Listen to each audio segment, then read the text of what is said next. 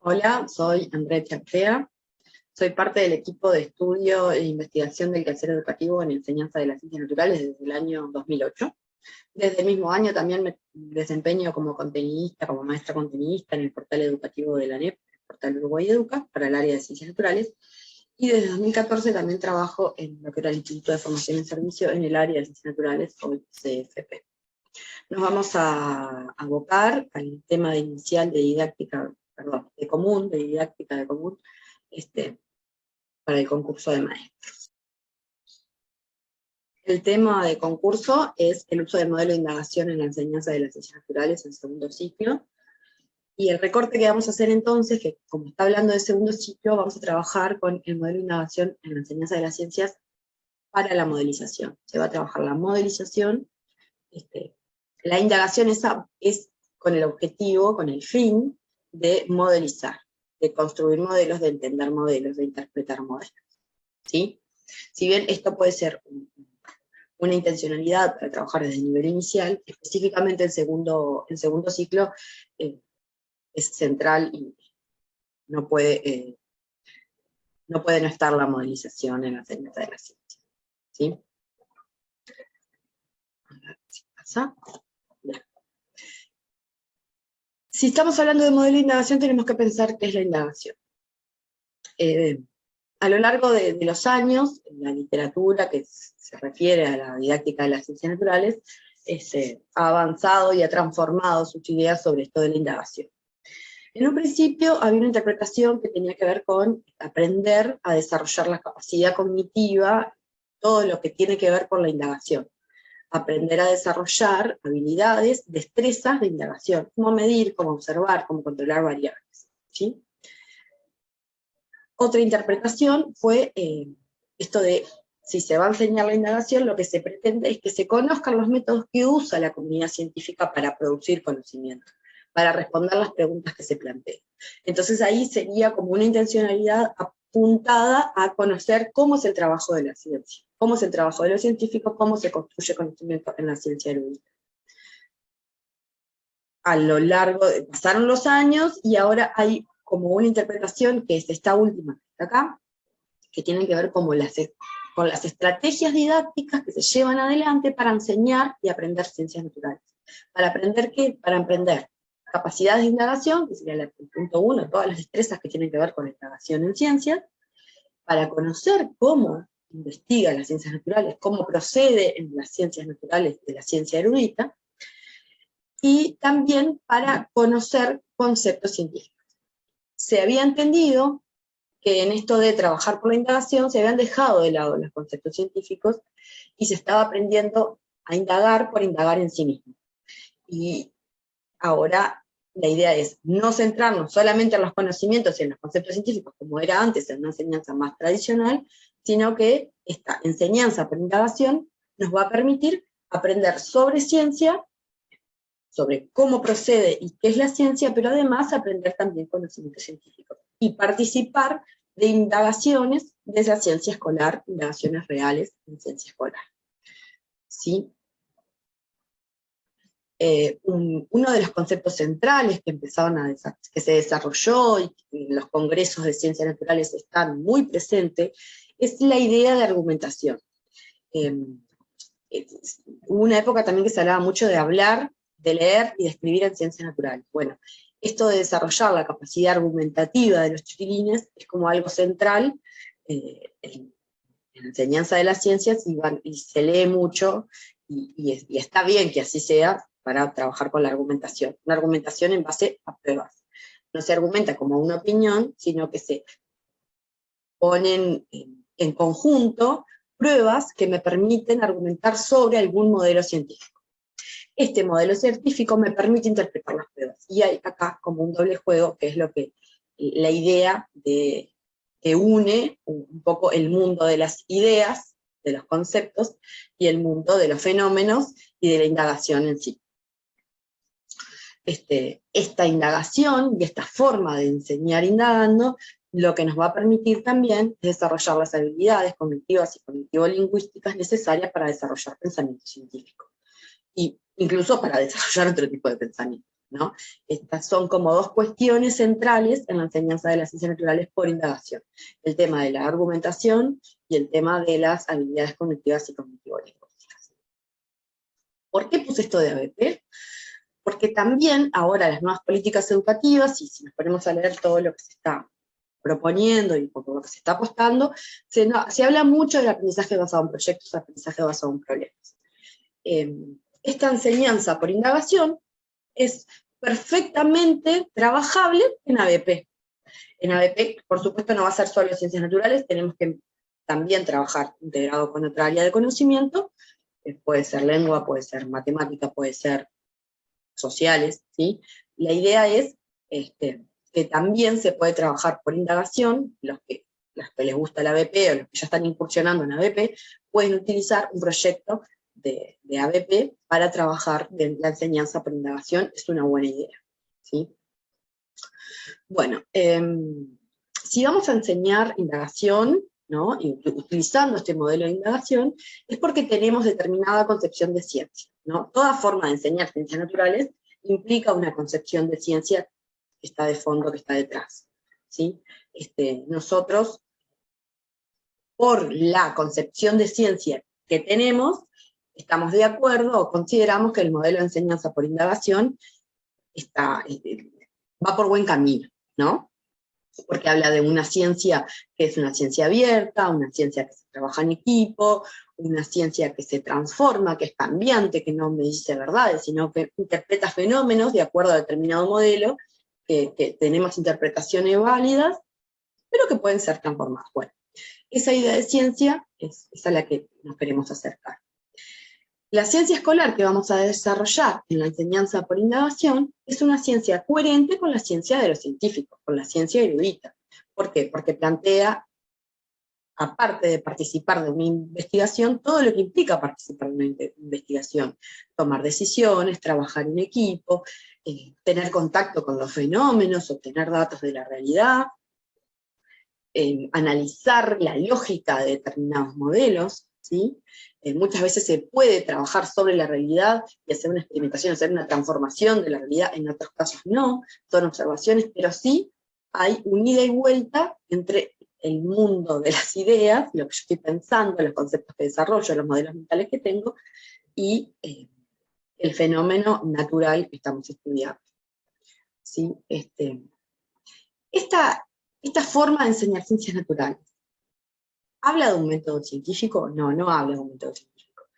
Nosotros cuando estudiamos, yo por lo menos cuando estudié, nosotros en la escuela nos hablaban y en el liceo del método científico, y teníamos que aprender el método científico, y como aprendíamos el método científico, seguíamos el protocolo que la profesora nos daba para seguir una práctica de física, decía que estábamos haciendo el método científico porque tenía determinados pasos ya armados.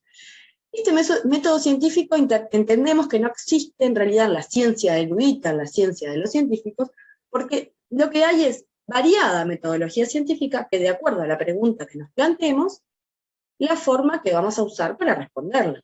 No es lo mismo responder una pregunta de astronomía que responder una pregunta de biología. No es lo mismo que yo me pregunte algo de biología evolutiva, de cómo cambia, de cómo mutan los genes, a que yo me plantee una pregunta que tenga que ver con el suelo y los volcanes, ¿no? Entonces, los métodos científicos son variados y son coherentes con la pregunta y con el modelo científico con el que estoy trabajando. No hay un único modelo científico. ¿Qué ciencia? Bueno, ya hablamos de con qué ciencia nos quedamos, una ciencia que sea coherente, una ciencia escolar que sea coherente con la ciencia de los científicos, y una ciencia abierta, que entiende que a lo que se llega son respuestas provisorias, coherentes con un determinado modelo científico, que también es provisorio, ¿sí? Bueno, en esto de la enseñanza por indagación, el papel de los alumnos es muy protagónico, ¿sí? Son alumnos que están activos, que formulan preguntas, que piensan cómo les vamos a responder, que toman distintas decisiones y en equipo lo hacen, que está presente la discusión, porque cuando se analizan las pruebas que tenemos, se analizan en base a determinadas ideas que son puestas en discusión.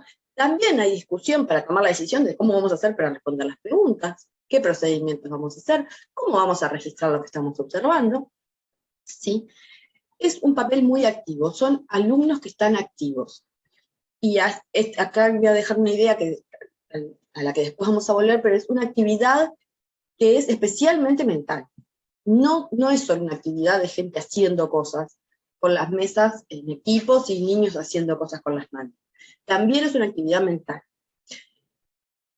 Todos estamos de acuerdo que hubo en algún momento de la historia de la enseñanza de las ciencias una ciencia muy activista, en el sentido de que hacía experimentos, de que hacía cosas con las manos, pero no sé si se hacían las mismas cosas con la mente. La idea es una actividad mental, que los niños estén cognitivamente comprometidos en la actividad, ¿sí? Por eso es fundamental, bueno, cómo vamos a nosotros como maestros, cómo vamos a gestionar, cómo vamos a proponer esas preguntas, esta investigación, cómo vamos a motivar, porque tenemos que lograr el compromiso cognitivo de los chiquilines a la hora de trabajar, ¿sí? Por eso el papel del docente no es pasivo, no es un papel que orienta y que plantea la pregunta y más o menos se organiza para que ellos puedan discutir y tomar las decisiones. El maestro está acompañando en todo momento, está gestionando el aula, trae ideas para poder ayudar a los niños a que traigan sus modelos mentales y ponerlos en juego. En cuanto a las formas de responder las preguntas, a los niños no se les va a ocurrir distintos procedimientos, evidentemente están aprendiendo, así que no sé, de repente, por ejemplo, algo así como el control de variables. Si vamos a experimentar, tenemos que hacer un control de variables, tener el grupo control, ese tipo de cosas, nosotros las vamos a tener que enseñar. Por eso el papel del docente no es pasivo, es un papel muy activo que está trabajando y acompañando en todo momento el trabajo de los niños, gestionando el proceso. Entonces, la idea central es llegar a construir conocimiento científico, un conocimiento testeable, ¿sí? Que lo vamos a poder poner a prueba, que se va a poder revisar, que va a ser explicativo, o sea, va a tener en cuenta un modelo teórico para explicar fenómenos que tienen que ver con lo natural o con lo que está pasando en la realidad, ¿no? Y fíjense que no es un conocimiento ni verdadero ni falso, es un conocimiento conjetural, o sea, yo encuentro tengo estas pruebas, entonces interpreto tal cuestión y formulo un modelo teórico o una idea provisoria. En base a estas pruebas, se elaboran conjeturas, no hay un conocimiento que sea correcto o incorrecto, ¿sí? Y es un conocimiento científico generativo porque nos va a permitir generar más conocimiento y sobre todo generar nuevas preguntas y nuevas ideas para seguir profundizando en este conocimiento.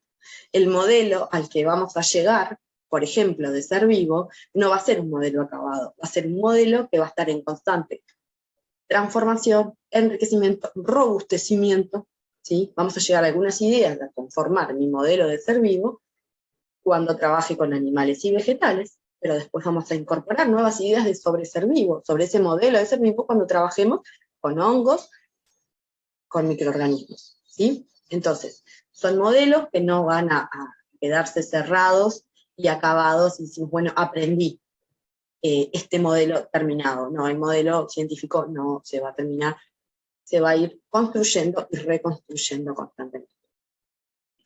Entonces, esto es para retomar algunas ideas que ya dijimos. El docente tiene un papel activo y gestionador de la elección de las conversaciones que se producen, ¿no? ¿Por qué dice gestionador? Gestionar la elección del tema a las conversaciones que se producen, porque además de ayudar a elegir el tema, porque aún no vamos a permitir, en el sentido de que no vamos a habilitar una investigación que no sea científica, porque queremos enseñar ciencias, no vamos bueno, ¿qué elegimos? Elegimos para la fiesta de fin de año comer torta o comer salado. Votamos y elegimos en la escuela. Eso puede ser una buena... Esto es una investigación, nos va a servir para resolver una situación, pero no es una investigación científica. Elegí un ejemplo muy tonto, pero es como para mostrar que el maestro va a estar en la gestión de la elección del tema y también en las conversaciones. Tenemos que ayudar a que en estas conversaciones, por ejemplo, cuando se están interpretando los datos, se puedan ir elaborando explicaciones y elaborando también argumentación. Es decir, si el niño dice, esto lo interpreto porque creo que es de tal o cual forma, bueno, hay que ayudarlos a que explique qué sabe él antes para poder decir esto. Por ejemplo, yo creo que respiramos para vivir, porque si no respiramos, nos morimos. Bueno, ¿por qué te vas a morir? Hay como una repregunta. ¿Por qué no estoy respirando? Bueno, todavía no estoy explicando ni argumentando nada de lo que yo sé sobre la respiración. Lo único que está mostrando el niño es que sabe que se respira porque si no nos morimos y que para vivir es necesario respirar. Pero el por qué pasa en la respiración, no está. Entonces, hay que hacer nuevas preguntas para que el niño pueda poner sobre la mesa lo que ya sabe de la respiración, por ejemplo, que tiene que entrar aire al cuerpo, en el caso de los humanos. Necesito aire en mi cuerpo. ¿Y qué tiene el aire que nosotros usamos para respirar? Ah, yo sé que tiene el oxígeno y que a veces dicen me falta el oxígeno o preciso oxígeno. Bueno, hay algo, hay un elemento en el aire que sí. Bueno, mi modelo de respiración tiene que ver con la entrada de aire al cuerpo, que este aire tiene oxígeno y que ese oxígeno sirve para algo. Sé para qué sirve, capaz que todavía no sabemos para qué sirve ese oxígeno. Pero en esta gestión de la conversación, el maestro lo que tiene que hacer es ayudar a que todas las ideas se hagan visibles. Todas las ideas de su modelo de respiración, en este caso, se hagan visibles. Entonces, a partir de eso que yo sé, podemos poner a prueba a ver si está bien, buscar información si de lo que se usa del aire es oxígeno o no es oxígeno, por ejemplo, y además pensar o planificar alguna puesta a prueba o alguna nueva pregunta que me permita a mí saber qué pasa con ese oxígeno dentro del cuerpo, ¿no? Por eso es esto de que el maestro tiene que estar gestionando las discusiones, lo que se pone, porque tenemos que siempre ayudar, primero a hacer visibles sus ideas y después ayudarlos a expresarlas, ayudarlos a pensar, bueno, ¿cómo vamos a ponerlas a prueba? A que no sean siempre los mismos que hablan, a que los niños que están callados se mantienen pensando, bueno, buscar una estrategia para que todos participen en esta discusión, capaz que no todos hablando, pero sí todos activamente, cognitivamente activos, comprometidos cognitivamente. Entonces, capaz que la discusión oral, grupo total, sirve para algunos grupos, pero para alguna clase capaz que no sirve, y tenemos que hacer conversaciones grupos más chicos. Bueno, y esa es la gestión, y ahí está la decisión, las decisiones que el maestro tiene que estar tomando a la hora de llevar adelante una enseñanza por indagación, ¿sí? Y hay un concepto que leí ahora preparando este video, y habla, que me encantó, que dice que el maestro debe constituirse en un agente de cambio, ¿no? Y me pareció muy interesante, porque es verdad que el maestro es el agente de cambio. ¿El cambio de qué? De las ideas de los chiquilines. Queremos ser quienes, de repente la enzima, ¿no? O esa cuestión que va a activar la transformación de las ideas iniciales que tienen los chiquilines a ideas más científicas escolares, ¿sí? Y con esta enseñanza por indagación es una buena idea, no es la única, pero es una buena estrategia para ayudarnos a nosotros maestros a ser agentes de cambio de las ideas de los chiquilines, ¿sí? Sus ideas sobre el mundo de los fenómenos. Esta diapo no sabía si ponerla o no ponerla, pero es como una alerta, un llamado de atención. Espero que sirva para el concurso, pero si no va a servir para el aula seguro, para cuando ustedes estén trabajando en ciencias naturales. Son como cuestiones que están en toda la bibliografía, y dije, bueno, si se repite tanto debe ser que lo precisamos leer los maestros, ¿no? No se indaga por indagar, no todo lo investigable va a ser científico, ¿sí? Hay muchas preguntas que pueden ser preguntas investigables, o sea, muchas preguntas que me activen o que me generen un conflicto y que me puedan activar mi investigación, pero no todas están conectadas con el mundo de las ciencias. Entonces, primero, no se investiga por investigar, y no todo lo investigable va a ser científico. Cuidado, está bien hacer otras investigaciones, sí, está muy bien, pero tenemos que ser conscientes de que hay veces que estamos investigando y estamos enseñando ciencias naturales, y hay veces que estamos investigando y los niños no están aprendiendo ciencias naturales, ¿sí? O no estamos enseñando ciencias naturales. Entonces, hay un peligro que es desconectar esta indagación de los conocimientos científicos, ¿sí? Y el otro peligro es lo que mencionamos hoy más temprano, que los niños estén activos físicamente no quiere decir que estén activos mentalmente. Son como ideas que venían reiteradas, tengo acá un cartel que lo tengo que sacar, que están como, son como muy insistentes, ¿sí? Pero, ay, dejé de compartir. Ahora sí, yo estaba moviendo el cartel de grabar, el Zoom, y se me fue. Bien. Esta diapo forma parte de una presentación que Neusan Martí cuando vino al IPES a dar un seminario que estuvo súper interesante, capaz que alguno estuvo por ahí. Las PPT que están disponibles, los videos de las conferencias de Neus, son todas súper útiles, ¿sí? Ya en 2018. Esta PPT lo hizo en la PPT que hacía referencia cuando ella presentó sobre el modelo de indagación, el proceso de indagación, y ella hablaba de la indagación basada en la modelización.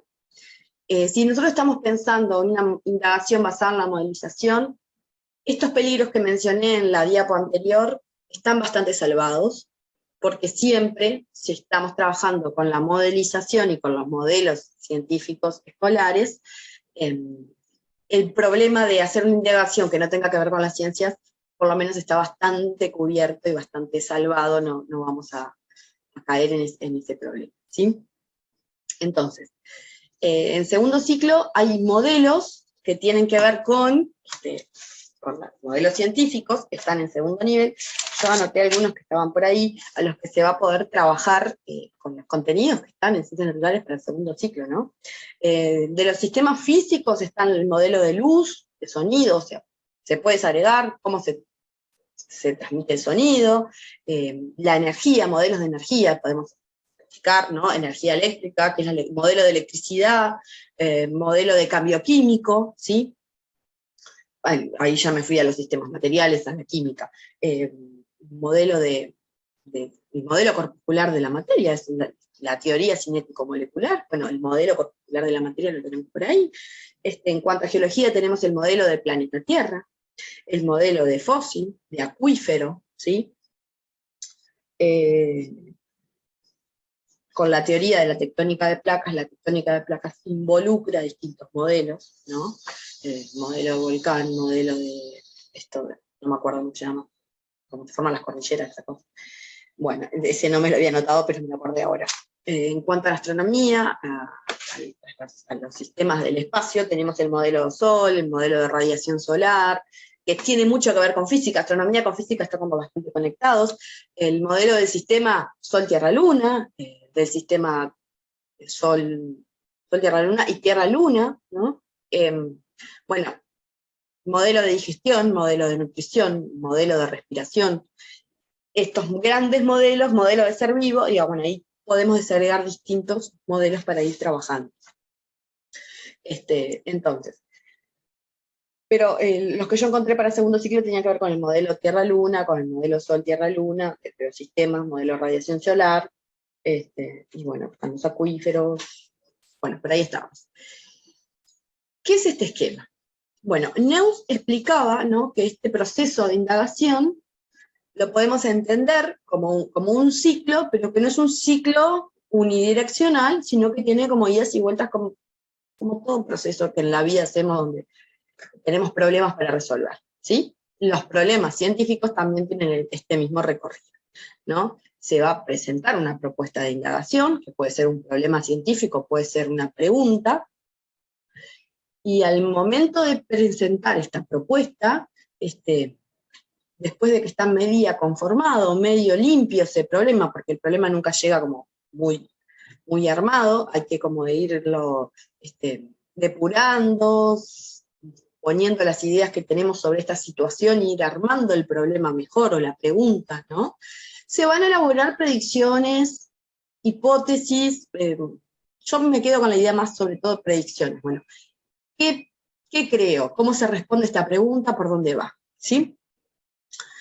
Este concepto de pregunta científica investigable está muy desarrollado y lo hemos leído ya hace tiempo, en lo que tiene que ver con todos los materiales que tienen que ver con didáctica de la ciencia, y creo que puede ayudarnos bastante si ya conocemos y ya estuvimos metidos en el tema de la pregunta científica investigable, nos puede ayudar. Tenemos que pensar esta pregunta científica investigable, o esta pregunta investigable, ya sabemos que es científica porque estamos hablando de ciencias naturales, no va a llegar de primera. Yo tengo una situación, y la pregunta la voy a ir construyendo de a poco.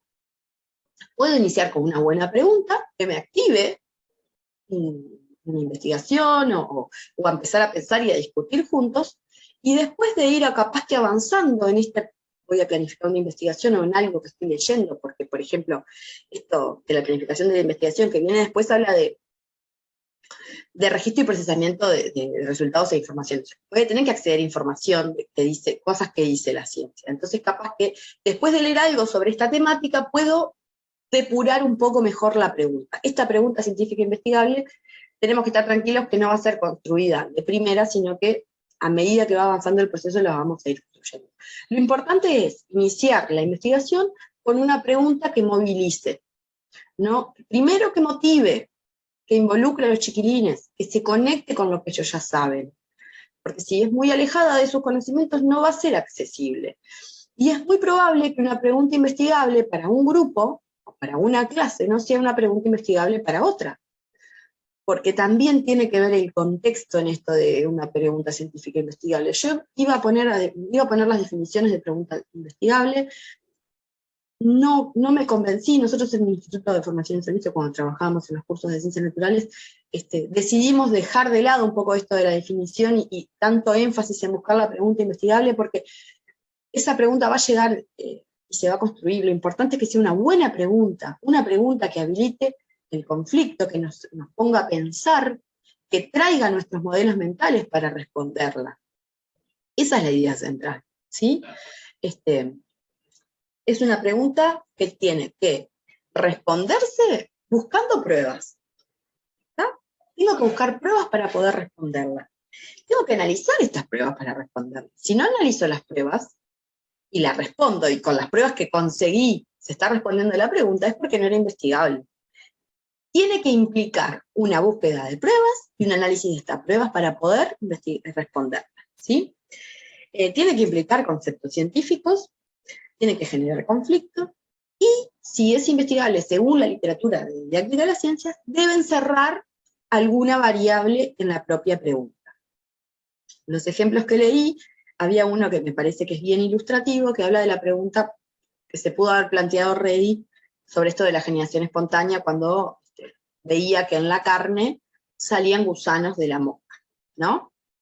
Entonces, ¿por qué aparecen larvas de mosca en la carne? Según lo que dice la literatura didáctica, dice que eso no es una pregunta investigable porque no involucra la variable. Entonces, para que se transforme en una pregunta investigable, debo poner la variable. ¿Cuál sería la variable en este caso? Después de que un poco entiendo de cómo llegan o se me ocurre cómo pueden llegar los huevos, las larvas de la mosca a la carne, es, bueno, la mosca, otra mosca, ¿puede acceder a la carne o no? Entonces, la pregunta investigable es, ¿es lo mismo si ponemos la carne accesible a la mosca, a que si yo dejo la carne aislada, aparecen los huevos? Entonces ahí ya tengo la variable, que es, ¿la mosca accede a la carne o no accede a la carne? En la pregunta está la variable contenida. Eso es lo que dice la literatura sobre didáctica de la ciencia. Entonces, por eso es que digo de que la pregunta científica investigable no se va a construir de primera. Tengo una pregunta, que es un problema, ¿existe la generación espontánea en la carne con la mosca? Ahí, después de analizar juntos, capaz que no vamos a terreno y no vamos a ninguna literatura, pero analizamos juntos la situación y podemos entender que la variable que podemos diferenciar por las ideas que nosotros tenemos sobre cómo nacen los nuevos seres vivos, bueno, capaz que tiene que venir una mosca a poner un huevo. Ah, pero no la vemos. Bueno, pero siempre estamos mirando la carne, ¿será que viene una mosca o será que no viene? Entonces ahí sería como la diferencia. ¿Dejamos la carne para que acceda a la mosca o no? Entonces la pregunta la construyo de otra manera. ¿Es lo mismo? Sí. ¿O sucede lo mismo? Sí. ¿Dejo la carne accesible a la mosca o la dejo aislada de las moscas? Ahí dicen que se transforma en una pregunta investigable, lo que dice la literatura de distintos autores, que ahora después lo tenemos al final, ¿sí? Entonces lo que dicen es que generalmente las preguntas científicas investigables no empiezan con un por qué o con un cómo, Generalmente, hay preguntas investigables, sí que pueden empezar por qué y cómo, pero es más fácil que sea investigable si dice, ¿qué sucede si? O se observa alguna diferencia si dejo si pasa esto o hago esto otro. Entonces ahí es una pregunta que ya me invita a cómo voy a proceder la investigación, ¿sí? Bueno, pero igual, lo importante es que sea una pregunta para pensar, una pregunta generativa, y una pregunta que me habilite a iniciar una investigación, ¿sí? Si no me habilita a iniciar una investigación, no es una pregunta que me sirva para trabajar con el modelo de indagación. La otra etapa que continúa es la de planificación de la investigación. ¿Cómo se planifica? La planificamos todos juntos, la clase toda junta, ¿sí? Se van a decidir cómo vamos a recoger los datos, cómo vamos a observarlos, qué datos vamos a recoger, cómo se van a observar y medir, cómo los recojo, bueno, cómo los voy a registrar, después, cómo voy a procesar esta información. Con estos datos voy a hacer gráficas, voy a hacer un esquema, voy a hacer una tabla, o sea, ¿cómo voy a procesar todos estos datos que encontré? ¿Quiénes lo van a hacer? ¿Cómo vamos a cubrirnos cómo vamos a tratar de evitar los errores? ¿Alcanza con que una sola persona esté tomando los datos o tenemos que ser varios que tomen los mismos? Ese tipo de decisiones son las que llevan mucho tiempo y están en esta etapa de planificación de la investigación. Después de tener estos datos, se van a analizar esos resultados y vamos a poder fundamentar lo que estamos leyendo con determinados modelos teóricos. Y estas pruebas que se obtuvieron en la planificación, en la investigación propiamente dicha que se hizo entre la planificación y el análisis de los resultados, el trabajo de campo directamente hablando, o la experimentación puede ser, bueno, se van a poner sobre la mesa mis ideas y mis modelos teóricos, capaz que lo que yo leí en algún lugar sobre esto, lo que leímos juntos, ¿no? Porque esto forma parte de la investigación, la lectura de bibliografía, de libros, de materiales, con las pruebas y los datos que se obtuvieron. Se van a analizar y la idea es poder analizar los resultados con nuestras ideas y nuestros modelos teóricos que serían. Y que estos resultados me permitan a mí seguir enriqueciendo mi modelo teórico, dándole más fuerza, dándole más contenido, ¿sí? Se van a tomar algunas conclusiones, se van a hacer determinadas deducciones. Es muy probable que pueda pasar que alguna forma de procesar los datos que tengo o de forma de registro no me sirve para poder analizarlos bien, y podemos volver a los datos puros y planificar otra forma de procesar estos datos. Por eso hay una doble flecha, ¿no? Porque siempre cuando veo que algo no me termina de cerrar, tengo que volver atrás. Capaz que tengo que hacer nuevas pruebas, entonces vuelvo a planificar una nueva etapa de la investigación, porque encontré que hay límites en esto que yo hice. En algún momento vamos a poder continuar con la investigación y decimos, bueno, hasta ahora nos quedamos con estos datos, con esta información, y podemos empezar a planificar la comunicación. Esta es una etapa que es central en el desarrollo, tanto de ADP, si vamos a trabajarlo con ADP, como de enseñanza por indagación, con modelización, basado en la modelización. ¿Por qué es central? Porque si, como dijimos en un principio, somos coherentes con cómo trabaja la ciencia erudita investiga para comunicar lo investigado. A veces es para comunicarlo abiertamente a la comunidad científica, algunas es para algún sector de la comunidad científica, o algún grupo más selecto, pero la comunicación, se investiga para comunicar, ¿sí? Para ampliar lo que se sabe, para transformar lo que se sabe capaz, y derribar abajo una teoría, pero eso es para que sea comunicado. Entonces, no podemos terminar, ¿no?, la indagación y el trabajo en ciencias naturales con, bueno, llegué a estas conclusiones. No, tenemos que trabajar en esta comunicación. ¿Por qué? No solo para ser coherentes con la ciencia erudita, que es una buena excusa, es un buen argumento, sino para seguir desarrollando habilidades cognitivas y habilidades de pensamiento científico, como la explicación y la argumentación. Si nosotros vamos a comunicar lo que se hizo, vamos a trabajar estas habilidades comunicativas, cognitivas lingüísticas, ¿sí? Se van a explicar los fenómenos, se van a explicar los procesos, y además vamos a argumentar.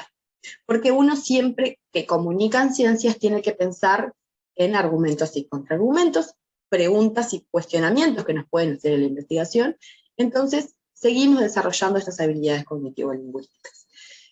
¿Qué es esto de argumentar? Es explicar el fenómeno por las pruebas que se tienen y argumentado con el modelo, ¿sí? Tengo esta prueba, tengo este argumento, y si lo pongo a rondar en mi modelo teórico, funciona, ¿sí?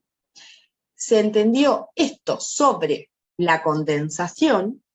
Entonces, como hice esta prueba con el vidrio del salón de clase, y, un día de invierno, pero puse hielo del lado de adentro de la clase, o muy cerca, o enfrié el vidrio, no se condensó. Entonces, la idea central es que tiene que haber un lugar muy caliente y un lugar muy frío, o muy caliente no, o húmedo y muy frío del otro lado para que permita condensar. Por ejemplo, tiene un ejemplo que me tiene muy sencillo, ¿no? Esto de la condensación, porque se empañan los vidrios. Pero la idea es presentar un argumento que es lo que me une la prueba con el modelo teórico que yo tengo, ¿sí? Los niños, cuando van a comunicar lo que pasó en este proceso, van a desarrollar explicaciones y argumentaciones. Van también a expresar lo que vivieron, todos los distintos recorridos, las preguntas que se hicieron, cómo lo vivieron emocionalmente hablando. La ciencia también, como es una ciencia humana, también hay sentimientos, hay valores, hay actitudes que se aprendieron respecto al trabajo en equipo, respecto al no frustrarnos, o cuando me frustré, cómo hice, cómo nos apoyamos cuando alguien dijo, hicimos todo mal, tuvimos que volver atrás. Bueno, ese tipo de cosas forman parte del aprendizaje de las actitudes en ciencias naturales. Y estamos en el siglo XXI, además de comunicar de forma oral, también sería bueno utilizar distintas herramientas que nos apoyen en la comunicación. Entonces, hay cuestiones que tienen que ver con la tecnología de la información y la comunicación, podemos usar presentaciones, videos, fotos. Hoy es también el lugar como para potenciar esta otra forma que los niños para alfabetizarse tienen que aprender a comunicarse utilizando otros lenguajes con la tecnología, ¿sí? En esta comunicación se van a presentar todos los avances de los conocimientos científicos sobre determinados modelos teóricos, ¿sí? Bueno, por supuesto que el argumento de por qué trabajar por indagación es porque estamos desarrollando habilidades de pensamiento científico. Mencionamos un montón, y vamos a seguir mencionando, son habilidades cognitivas, habilidades cognitivo-lingüísticas que me permiten desarrollar conocimiento científico. Y estos conocimientos científicos, que los voy desarrollando y ampliando, y mis conceptos van tejiendo redes que permiten robustecer mis modelos teóricos, me van a hacer como también una retroalimentación a las habilidades de pensamiento científico que estoy desarrollando. Justo acá puse el esquema. No sé, no me acuerdo si le había puesto. En la revista del Quehacer, que está citada al final, es un artículo de María, ella cita, copia este esquema de un artículo de Neusan Martí con Izquierdo y con Pilar García, donde explica esto de las habilidades cognitivas, cognitivo-lingüísticas y los conocimientos científicos. Y presenta bien este feedback que yo estaba mencionando recién. Las habilidades cognitivas serían estas que están acá mencionadas: analizar, comparar, clasificar, identificar, ordenar, formalizar, hipotetizar, interpretar, inferir, deducir, relacionar, transferir, organizar, jerarquizar, valorar, ajustar. Son habilidades cognitivas que me van a posibilitar y además se van a poder concretar a la hora de trabajar con estas otras habilidades cognitivo-lingüísticas. Describir, definir, resumir, ¿no? Explicar, justificar, argumentar, demostrar. Es decir, para describir yo voy a poder necesitar previamente comparar, clasificar cosas, identificarlas para poder describir. Lo mismo con el resto de las habilidades cognitivo-lingüísticas. Y estas habilidades cognitivo-lingüísticas me van a influir en la construcción de nuevos conocimientos científicos o del desarrollo de mis modelos teóricos sobre determinados conocimientos científicos. Esos conocimientos científicos van a ser conceptos, modelos, teorías, técnicas, procesos, métodos, valores, actitudes. Hay distintos tipos de conocimientos científicos en el desarrollo de la enseñanza por indagación. lo central es el modelo, pero en todo modelo hay varios conceptos y tengo una teoría de fondo. En el proceso de investigación voy a desarrollar técnicas de trabajo que también me van a permitir mejorarlas y también son conocimientos científicos. Entonces, todas estas habilidades me van a favorecer especialmente la construcción de conocimientos científicos, de nuevos o de mejores, ¿sí? Mejorar esos conocimientos científicos. Y hay como una retroalimentación de que estos conocimientos científicos van a influir en el desarrollo también de habilidades, sin duda, ¿sí? Porque con nuevos conocimientos científicos las descripciones van a poder ser más profundas, voy a poder resumir y poder seleccionar mejor las ideas que son centrales de determinado texto, porque ya tengo conocimiento científico, y estas habilidades cognitivo-lingüísticas van a desarrollar también, junto con los conocimientos que ya logré, más o mejor, o mejorar las habilidades cognitivas, como transferir, organizar, hipotetizar.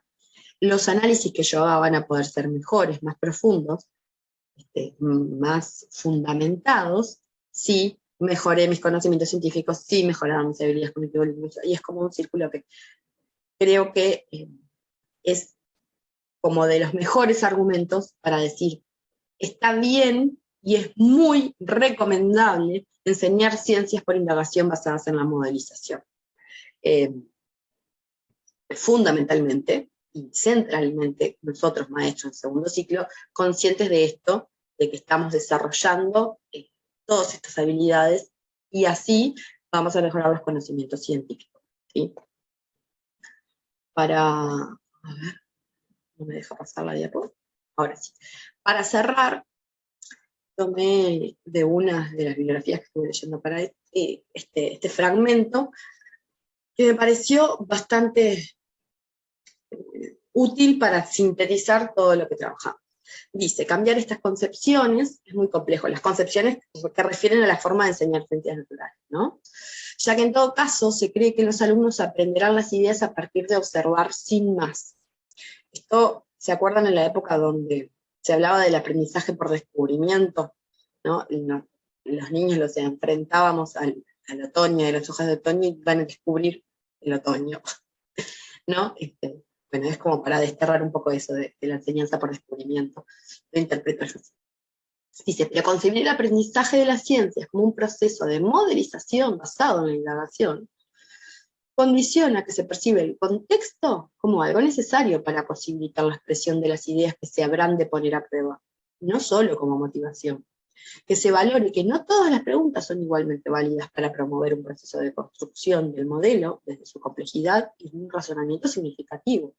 Que la función que se dé a la observación y experimentación se relacione con la evolución de las ideas iniciales y la obtención de pruebas a utilizar en las explicaciones y su argumentación. Y que la evaluación se aplique para promover la autorregulación metacognitiva de este proceso. El tema de la evaluación me olvidé tocarlo en la diapo anterior. Acá, Neuss, Neuss, vieron que en el centro está esto, regulación e interacción. Esto de regulación es la evaluación en sí, desde el punto de vista de Neuss-Martin. Neuss dice que evaluar es aprender. La evaluación es lo que me va a regular el aprendizaje y los procesos que estamos desarrollando. ¿Sí? ¿Qué es esto de la evaluación? Es ser conscientes de lo que estoy aprendiendo, de lo que estoy haciendo, de las nuevas preguntas que tengo, y de lo que no estoy entendiendo o lo que no está funcionando en lo que estoy haciendo.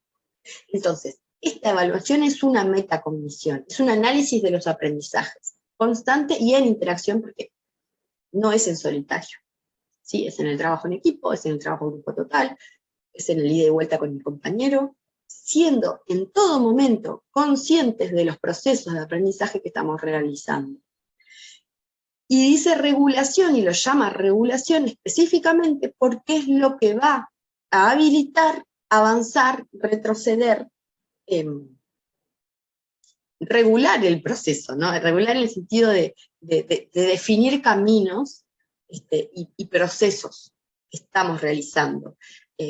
Sobre todo, es un trabajo metacognitivo en equipo, en interacción, ¿sí?